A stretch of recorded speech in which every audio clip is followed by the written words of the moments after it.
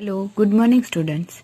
Last lecture में हमने friction के बारे में डिस्कशन किया था, फ्रिक्शन के बारे में पढ़ा था और आज हम वो कैसे फ्रिक्शन इंक्रीज होता है और कैसे रिड्यूस होता है उसके बारे में कंटिन्यू करेंगे। So we will continue our 12th chapter friction. Increasing and reducing frictions. As you have seen in the previous sections, friction is desirable in some situations. हमने आगे जो यहाँ पे हीट प्रोड्यूस करता है और शूज में नीचे फ्रिक्शन होता है, उसकी वजह से शूज टूट जाते हैं, तो वो हमने देखा कि friction is desirable in some situations. Have you ever through why the sole of your shoes is grooved? क्यों आपके जो सोल होते हैं, नीचे के जो शूज के नीचे वाले होते हैं, वो सोल क्यों रब हो जाते हैं? It is done to provide the shoes better grip on the floor. हमें जो शूज होते हैं वो ग्रिप प्रोवाइड करते हैं, उसके नीचे जो ग्रोव्ड होते हैं वो हमें ग्रिप प्रोवाइड करते हैं फ्लोर में, so that you can move safely. इसलिए आप इजीली वॉक कर सकते हो, सेफली मूव कर सकते हो, वॉक कर सकते हो। Similarly the treads tyre of car, trucks and bulldozers provide better grip with the ground. ऐसे ही आपने देखा हो तो टायर के अंदर ऐसे ग्रिप्स होते हैं, तो वो क्यों होते हैं कि जैसे कि ट्रक, कार, बुलडोजर के जो टायर्स होते हैं वो हमें बेटर ग्रिप देते हैं ग्राउंड में, इसलिए वहां ऐसे रखे जाते हैं। उसे स्लिपरी नहीं रखा जाता, उसका जो सरफेस होता है उसे ऐसे कर दिया जाता है। ऐसे ही शूज के नीचे भी किया जाता है क्योंकि वो हमें ग्रिप अच्छी देते हैं फ्लोर में। We desirably increase friction by using brake pads in the brake system of bicycle and automobiles. ऐसे ही जो ब्रेक पेड्स होते हैं ऑटोमोबाइल के अंदर, बाइसिकल, ऑटोमोबाइल के अंदर, तो उसमें जो ब्रेक सिस्टम होती है उसमें ब्रेक पेड्स लगाए जाते हैं क्योंकि वो फ्रिक्शन को इंक्रीज करते हैं। When you are riding a bicycle, the brake pads do not touch the wheels. ऐसे ही आपके जो आप बाइसिकल में राइडिंग कर रहे हो तो उसके ब्रेक पेड्स होते हैं वो व्हील को टच नहीं होते हैं। But when you press the brake lever, these pads arrest the motion of the rim due to friction. ऐसे ही जैसे ही आप ब्रेक को लीवर देते हो तो वो आपको प्रेस करते हो तो आपका जो लीवर होता है वहां पे क्या हो जाता है, वो मोशन फ्रिक्शन यानी इंक्रीज करता है, रिम करता है, और आपकी जो बाइसिकल होती है वो स्टॉप हो जाती है। द व्हील स्टॉप मूविंग, और आपके व्हील स्टॉप हो जाते हैं। You might have seen the kabaddi players rub their hands with soil for a better grip of their opponents. ऐसे ही आपने देखा हो तो कबड्डी में जो प्लेयर्स होते हैं वो अपने ओपोनेंट्स को अच्छी ग्रिप के लिए अपने हाथ होते हैं वो सोइल में रब करते हैं। Gymnastics apply some courses substance on their hands to increase friction for better grip. ऐसे ही जो जिम्नास्टिक्स होते हैं, जो स्पोर्ट्स में ज्यादा होते हैं, वो सब ऐसे सब्सटेंस लगाते हैं अपने हाथ में जैसे उसे फ्रिक्शन को इंक्रीज करने के लिए, क्योंकि उसे बेटर ग्रिप मिल सके। इसलिए अगर हम सम जगह सिचुएशन ऐसी होती है जहां पे हमें इंक्रीज करना पड़ता है फ्रिक्शन, और उसके लिए हम सम सब्सटेंस यूज करते हैं, जैसे कि कबड्डी प्लेयर्स होते हैं वो सोइल यूज करते हैं और gymnastic some other substance use करते हैं। In some situations, however, friction is undesirable and we would want to minimize it. और some situations में ऐसा होता है कि फ्रिक्शन ज्यादा बढ़ जाता है और अनडिजायरेबल हो जाता है, तो उसके लिए हमें उसे कम करना जरूरत पड़ती है। Why do you sprinkles fine powder on the carom board? क्यों आप कैरम बोर्ड में पाउडर डालते हो? You might have noticed that when a few drops of oil are poured on the hinge of the door. आपने अगर आपका जो hinge door होता है वो आवाज करता है या तो जम जाता है, तो आप वहां पे क्यों थोड़े बहुत ड्रॉप्स ऑयल डालते हो? तो डोर मूव स्मूथली, जैसे ही आप ऑयल डालते हो तो वो स्मूथली मूव करता है। A bicycle and a motor mechanisms use grease between the moving parts of this machines. ऐसे ही जो मशीन्स होते हैं, बाइसिकल्स होते हैं, मोटर मैकेनिज्म्स होते हैं, उसके लिए ग्रीस यूज करते हैं, तो क्योंकि जो मशीन के पार्ट्स होते हैं वो इजिली मूव कर सके।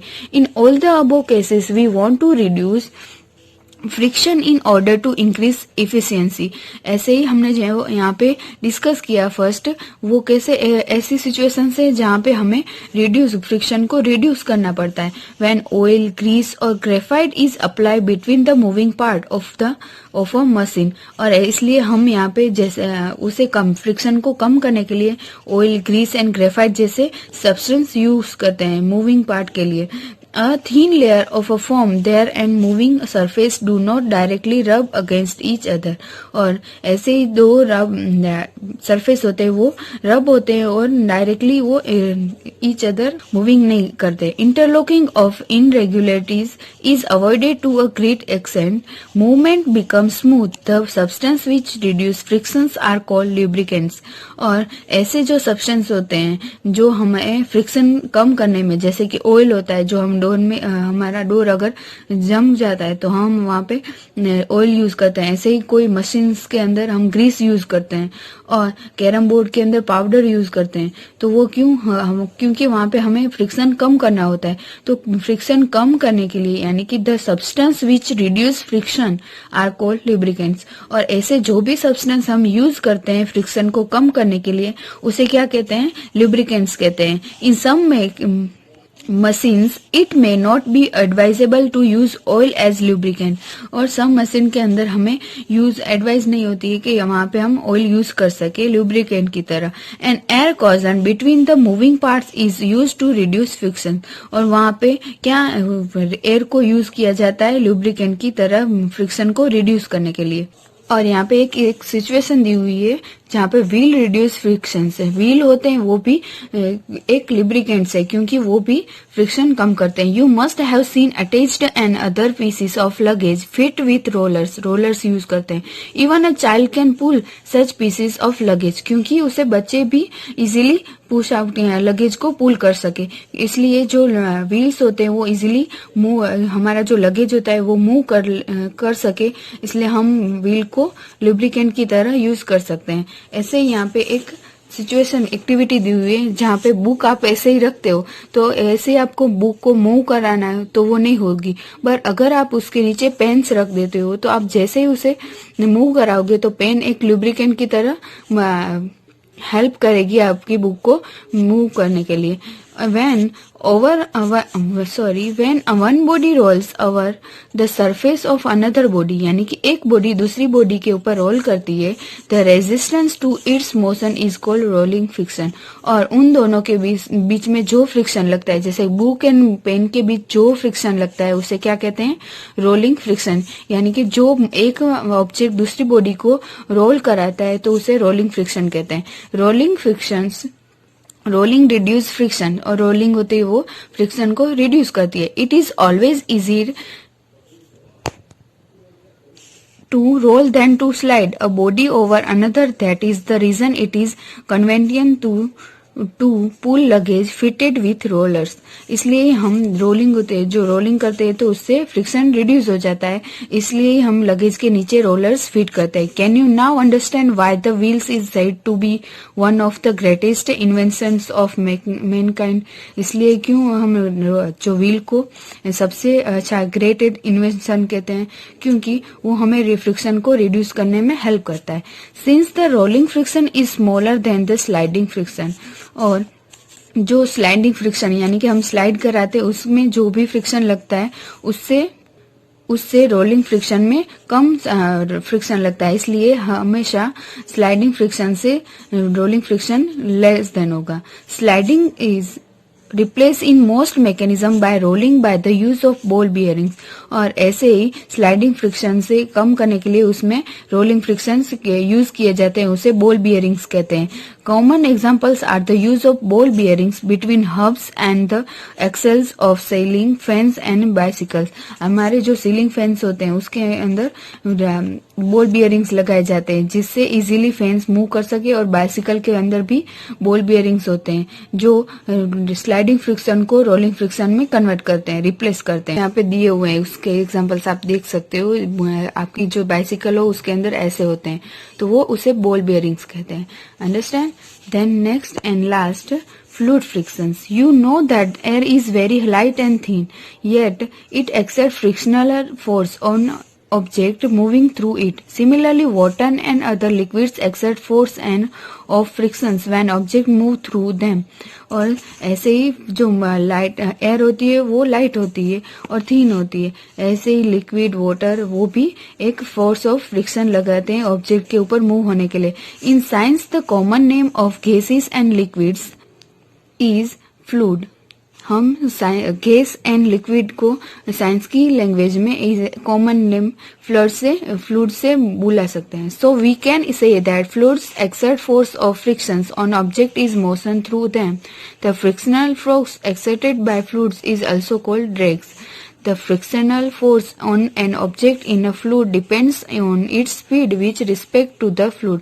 यानी कि जो फ्रिक्शनल फोर्स लगता है वो फोर्स के जो फ्लूइड होता है उसके स्पीड के ऊपर डिपेंड होता है. The frictional force also depends on the shape of the object and the nature of the object. और जो फ्रिक्शनल फोर्स होता है वो ऑब्जेक्ट के शेप पे डिपेंड होता है और फ्लूइड के जो फ्लूइड होता है उसके नेचर पे डिपेंड होता है. It is obvious then when object move through fluids they have to overcome friction acting on them. In this process they loss energy. और उस टाइम पे लेस एनर्जी लॉस होती है. Efforts the are therefore made to minimize friction. और हम friction को कम कर सकते हैं. So object are given special shapes. इसलिए हम ऑब्जेक्ट को स्पेशल शेप्स देते हैं. Where do you think scientist get hints for this special shape. आप इसके बारे में कौन सी हमें स्पेशल शेप की हिंट मिली है? From nature. Of course, birds and fishes have to move about in fluids all the time. Their bodies must have evolved to shape which would make them lose less energy in overcoming frictions. उसकी body ऐसी होती है जिससे energy loss हो और friction भी कम हो. You read about this shape in class 6. Class 6 में हमने ऐसे शेप के बारे में पढ़ा था. कौन सा शेप था? Streamline shape. Look carefully at the shape of an aeroplane. आपने एरोप्लेन का शेप देखा हो, यहाँ पे देखा, तो ये भी एक वन टाइप ऑफ कैसा शेप है? स्ट्रीमलाइन शेप है. जैसे उसका हेड एंड टेल होते हैं वो थोड़े पतले होते हैं और बीच वाले पार्ट में ज्यादा यानी कि वो ज्यादा बड़ा होता है, ब्रॉड होता है. इसलिए ऐसे शेप को क्या कहते हैं? सिमिलरली शेप बर्ड के भी सिमिलर शेप होता है. यानी कि ये एक ऐसा शेप है स्ट्रीमलाइन शेप जो इजीली मूव होने के लिए हेल्प करता है. In fact, all vehicles are designed to have shape which reduce fluid friction. और इनफैक्ट ऐसे सारे व्हीकल्स ऐसे ही होते हैं, उसे ऐसे डिजाइन किया जाता है उसके शेप को कि उसका जो शेप हो वो रिड्यूस फ्लूइड फ्रिक्शन को रिड्यूस कर सके और एनर्जी भी कम मात्रा में लॉस हो. सो हमने इस चैप्टर में फ्रिक्शन कैसे इंक्रीज कौन से सिचुएशन में इंक्रीज करते हैं, कौन से सिचुएशन में रिड्यूस करते हैं, उसके बारे में पढ़ा. सो यहाँ पे ये चैप्टर आपको केयरफुली वन टाइम रीड कर लेना है. उसके बाद ही आपको क्वेश्चन आंसर्स कंप्लीट करने हैं आपकी वर्कबुक में. और हम न्यू चैप्टर नेक्स्ट वीडियो में स्टार्ट करेंगे. Thank you. तो कबड्डी में जो प्लेयर्स होते हैं वो अपने ओपोनेंट्स को अच्छी ग्रिप के लिए अपने हाथ होते हैं वो सोइल में रब करते हैं. Gymnastics apply some coarse substance on their hands to increase friction for better grip. ऐसे ही जो जिम्नास्टिक्स होते हैं जो स्पोर्ट्स में ज्यादा होते हैं वो सम ऐसे सब्सटेंस लगाते हैं अपने हाथ में जैसे उसे फ्रिक्शन को इंक्रीज करने के लिए, क्योंकि उसे बेटर ग्रिप मिल सके. इसलिए अगर हम सम जगह सिचुएशन ऐसी होती है जहाँ पे हमें इंक्रीज करना पड़ता है फ्रिक्शन, और उसके लिए हम सम सब्सटेंस यूज करते हैं. जैसे कि कबड्डी प्लेयर्स होते हैं वो सोइल यूज करते हैं और gymnastic some other substance use करते हैं. In some situations, however, friction is undesirable and we would want to minimize it. और sometimes some situations में ऐसा होता है कि फ्रिक्शन ज्यादा बढ़ जाता है और अनडिजायरेबल हो जाता है, तो उसके लिए हमें उसे कम करना जरूरत पड़ती है. Why do you sprinkles fine powder on the carom board? क्यों आप कैरम बोर्ड में पाउडर डालते हो? You might have noticed that when a few drops of oil are poured on the hinge of the door. आपने अगर आपका जो hinge door होता है वो आवाज करता है या तो जम जाता है तो आप वहां पे क्यों थोड़े बहुत ड्रॉप्स ऑयल डालते हो, तो डोर मूव स्मूथली, जैसे ही आप ऑयल डालते हो तो वो स्मूथली मूव करता है। A bicycle and a motor mechanisms use grease between the moving parts of this machines. ऐसे ही जो मशीन्स होते हैं, बाइसिकल्स होते हैं, मोटर मैकेनिज्म्स होते हैं, उसके लिए ग्रीस यूज करते हैं, तो क्योंकि जो मशीन के पार्ट्स होते हैं वो इजिली मूव कर सके। In all the above cases we want to reduce friction in order to increase efficiency. ऐसे ही हमने जो है वो यहाँ पे डिस्कस किया फर्स्ट, वो कैसे ऐसी सिचुएशन से जहाँ पे हमें फ्रिक्शन को रिड्यूस करना पड़ता है। व्हेन ऑयल, ग्रीस और graphite is apply between the moving part of a machine, और इसलिए हम यहाँ पे जैसे उसे फ्रिक्शन को कम करने के लिए ऑयल, ग्रीस एंड ग्रेफाइट जैसे सब्सटेंस यूज करते हैं मूविंग पार्ट के लिए। A thin layer of a foam there and moving surface do not directly rub against each other।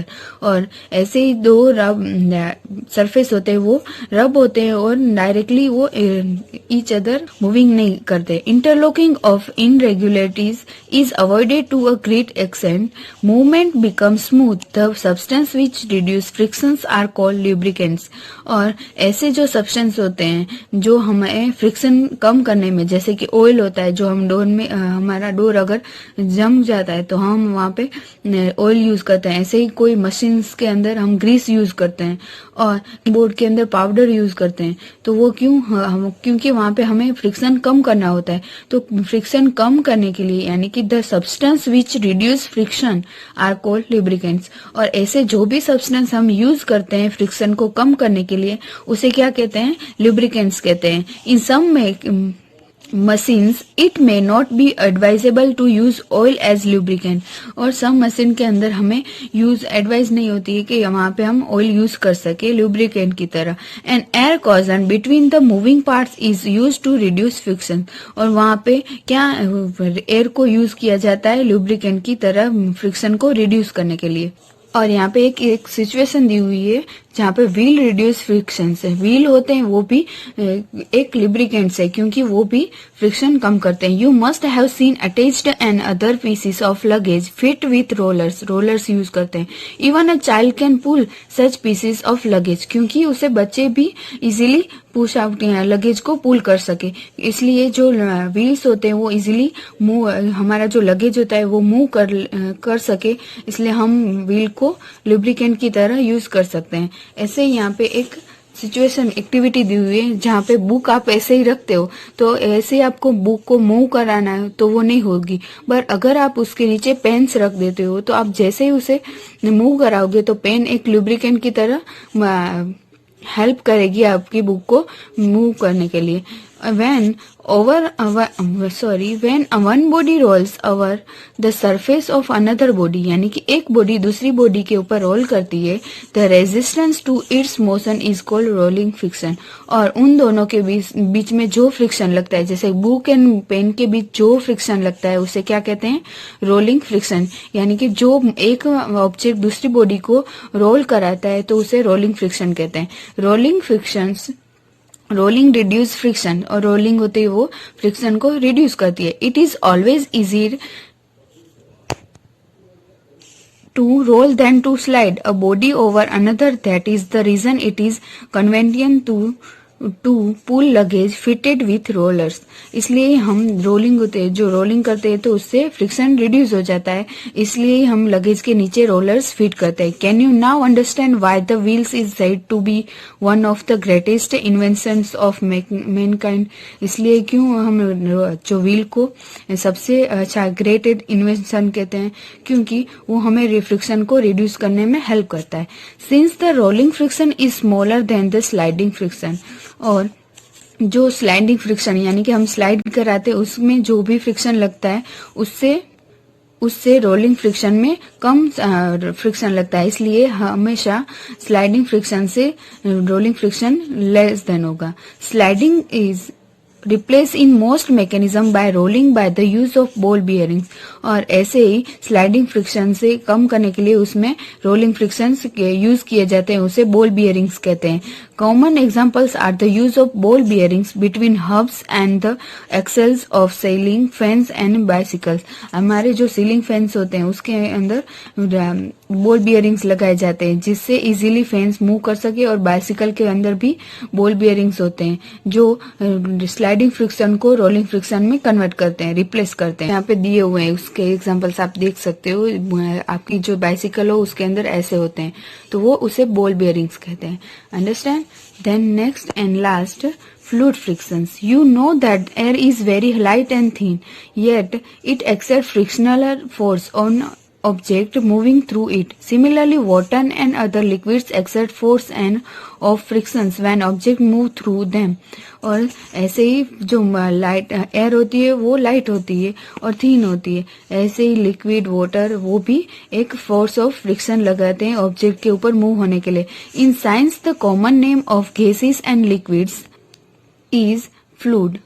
हम गैस एंड लिक्विड को साइंस की लैंग्वेज में कॉमन नेम फ्लूइड से बुला सकते हैं। So we can say that fluids exert force of frictions on object is motion through them. The frictional force exerted by fluids is also called drags. The frictional force on an object in a fluid depends on its speed with respect to the fluid।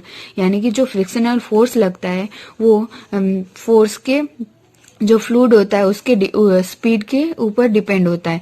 The frictional force also depends on the shape of the object and the nature of the object.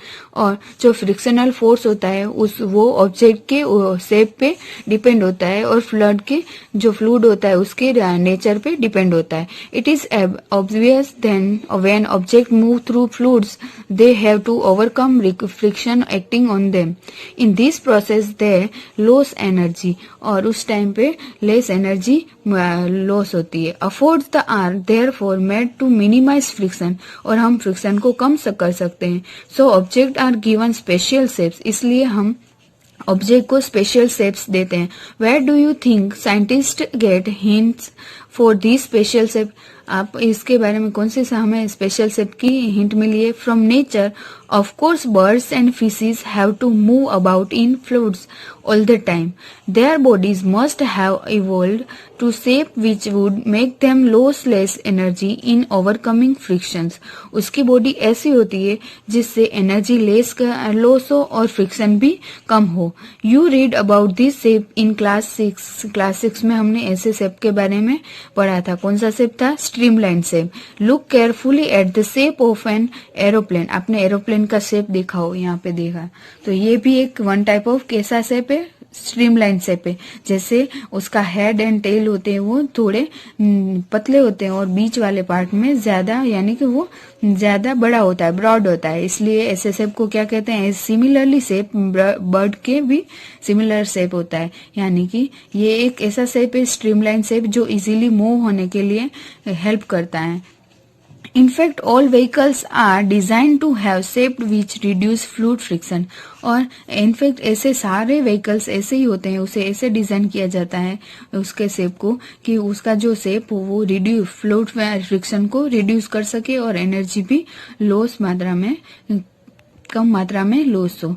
सो हमने इस chapter में friction कैसे increase कौन से situation में increase करते हैं, कौन से सिचुएशन में रिड्यूस करते हैं, उसके बारे में पढ़ा। सो यहाँ पे ये चैप्टर आपको केयरफुली वन टाइम रीड कर लेना है, उसके बाद ही आपको क्वेश्चन आंसर्स कंप्लीट करने हैं आपकी वर्कबुक में, और हम न्यू चैप्टर नेक्स्ट वीडियो में स्टार्ट करेंगे। Thank you.